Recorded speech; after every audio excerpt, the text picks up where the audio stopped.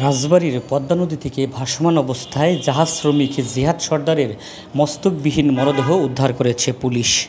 নিহত জিহাদ সর্দার রাজবাড়ী জেলার গোয়ালন্দ উপজেলার ছোট ভাগলা ইউনিয়নের চরবরাট গ্রামের বাসিন্দা শহীদ সর্দারের ছেলে।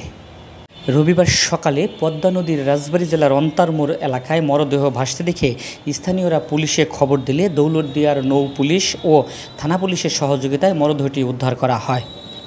নিহত জিহাদের চাচা আব্দুর রাজ্জাক ওরফে কিসমত সর্দার দাবি করেন মরদেহটি তার ভাতিজা জিহাদ সর্দারের। তিনি বলেন, 4 দিন আগে ঢাকা থেকে বাড়িতে আসে জিহাদ। বাড়ি আসার সাথে সাথেই একজনের সাথে দেখা করার কথা বলে বাড়ি থেকে বের হয়ে আর বাড়ি ফেরেননি জিহাদ ঢাকার একটি জাহাজ কারখানায় ডগে কাজ করতেন।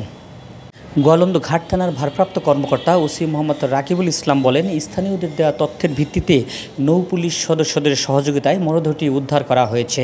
এ ব্যাপারে পরবর্তী আইনগত কার্যক্রম চলমান আছে।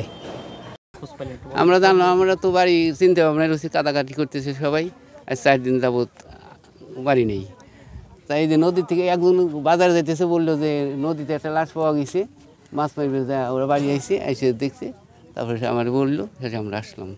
এসে দিকে এই অবস্থা। আপনার ভাতিজার নাম? জিহাদ। আপনার নাম? মোহাম্মদ আব্দুর রাজ্জাক, ডাকনাম কিসমত।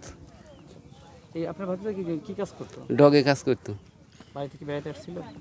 বাড়িতে বেড়াই না, কয়েকদিন আগে গেছে। ঢাকাইতে বলে আসছে যে আমি 2 দিনকার জন্য বাড়ি যাবো, এবং বাড়ি এসে বলছে যে আমি একটা লোকের হাতে দেখা করব। এই জন্যে আসি। ওর মার সাথেও দেখা হয় নাই, ওর বউর সাথেও দেখা হয় নাই।